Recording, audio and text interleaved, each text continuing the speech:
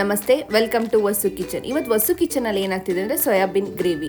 ಇದನ್ನ ಹೇಗೆ ಮಾಡೋಣ ಅಂತ ನೋಡೋಣ. ಮೊದಲು ಒಂದು ಪ್ಯಾನಿಗೆ ಎಣ್ಣೆ ಕಾದ ನಂತರ ಈರುಳ್ಳಿ.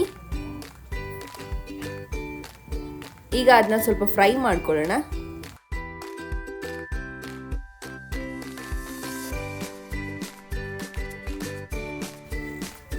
ಈ ಥರ ಚೆನ್ನಾಗಿ ಬೇಯಿಸ್ಕೊಳ್ಳಿ. ಬೆಳ್ಳುಳ್ಳಿ ಕೂಡ ಹಾಕ್ಕೊತಾ ಇದ್ದೀವಿ. ಹಾಗೆ ಶುಂಠಿ,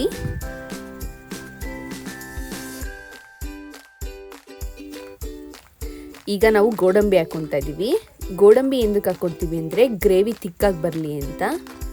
ಈಗ ಈ ರೀತಿಯಾಗಿ ನಾವು ಸ್ವಲ್ಪ ಹೊತ್ತು ಫ್ರೈ ಮಾಡಾದ್ಮೇಲೆ ಹಾರಾದ್ಮೇಲೆ ನಾವು ನೆಕ್ಸ್ಟ್ ಮಿಕ್ಸಿಗೆ ಹಾಕಿ ರುಬ್ಕೊಳ್ಳೋಣ.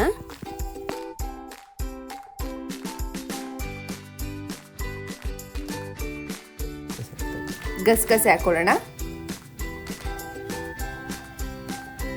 ಈಗ ಕೊತ್ತಂಬರಿ ಸೊಪ್ಪು. ಈಗ ನಾವು ರುಬ್ಕೊಳ್ಳೋಣ. ಇದನ್ನ ಈ ರೀತಿಯಾಗಿ ಬರಬೇಕು ಮಸಾಲೆ.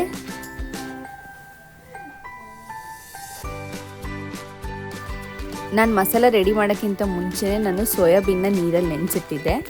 ಈಗ ಸೋಯಾಬೀನ್ನಲ್ಲಿರುವ ನೀರನ್ನ ತೆಗೆದು ಸೋಯಾಬೀನ್ನ ಎತ್ತಿಕ್ಕೊತಾ ಇದ್ದೀವಿ. ಈಗ ಒಂದು ಕಡಾಯಿಗೆ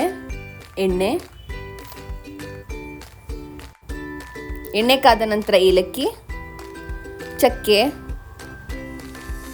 ಲವಂಗ, ಪಲಾವ್ ಎಲೆ ಇದೆಲ್ಲ ಹಾಕಿ ಫ್ರೈ ಮಾಡ್ಕೊಳ್ಳೋಣ.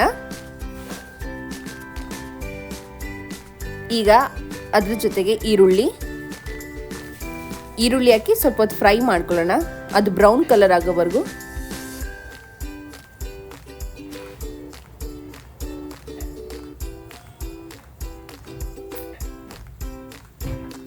ಸ್ವಲ್ಪ ಅರಿಶಿನ, ಚಿಲ್ಲಿ ಪೌಡರ್, ಧನಿಯಾ ಪೌಡರ್. ಈಗ ನೀಟಾಗಿ ಮಿಕ್ಸ್ ಮಾಡ್ಕೊಳ್ಳೋಣ. ಸ್ವಲ್ಪ ಹೊತ್ತು ಹಾಗೆ ಬೇಯಕ್ಕೆ ಬಿಡೋಣ.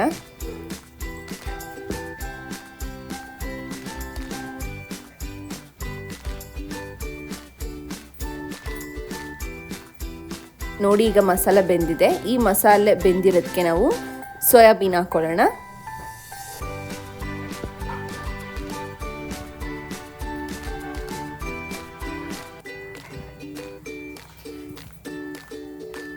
ಈ ರೀತಿಯಾಗಿ ಮಿಕ್ಸ್ ಮಾಡ್ಕೊಳ್ಳಿ.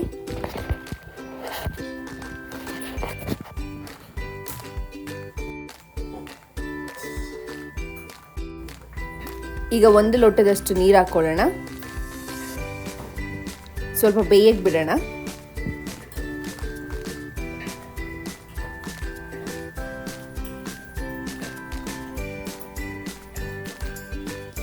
ಒಂದು 5-10 ನಿಮಿಷ ಬೆಂದಾದ್ಮೇಲೆ ನಾವು ಇದಕ್ಕೆ ರುಬ್ಬಿರುವಂಥ ಮಸಾಲೆ ಹಾಕ್ಕೊಳ್ಳೋಣ.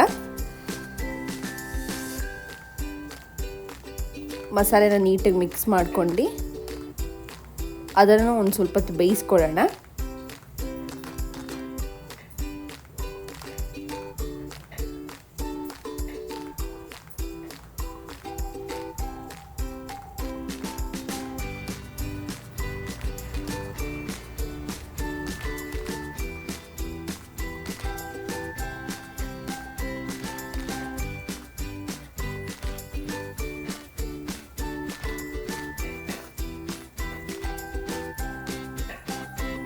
ನಿಮಗೆ ಎಷ್ಟು ಬೇಕು ಗ್ರೇವಿ ಕನ್ಸಿಸ್ಟೆನ್ಸಿ ಅದ್ರ ಮೇಲೆ ನೀವು ನೀರು ಹಾಕ್ಕೊಳ್ಳಿ.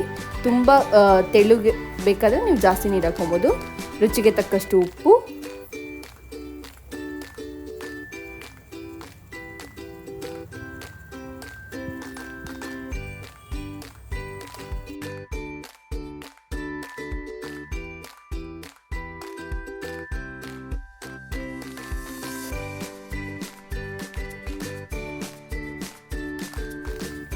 ಈಗ ಒಂದು 5 ನಿಮಿಷ ಬೇಯಿಸ್ಕೊಂಡಿದ್ವಿ. ಬೇಯಿಸ್ಕೊಂಡಾದ್ಮೇಲೆ ಗ್ರೇವಿ ಈ ರೀತಿಯಾಗಿ ಬರುತ್ತೆ. ಈ ಕನ್ಸಿಸ್ಟೆನ್ಸಿಯಲ್ಲಿ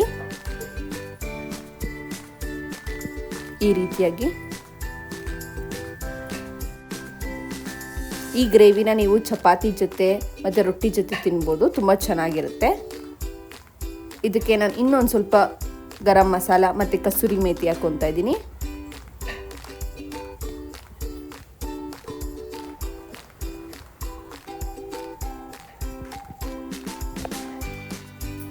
ಕೊನೆದಾಗ ಒಂದು 2 ನಿಮಿಷ ಬೇಯಕ್ಕೆ ಬಿಡ್ತೀನಿ ಇದನ್ನ ನಾನು.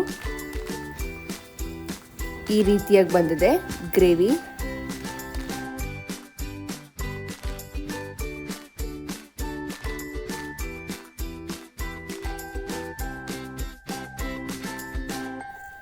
ಕೊನೆಯದಾಗಿ ನಾನು ಇದಕ್ಕೆ ಕೊತ್ತಂಬರಿ ಸೊಪ್ಪು ಹಾಕಿ ಮಿಕ್ಸ್ ಮಾಡ್ಕೊತಾ ಇದ್ದೀನಿ.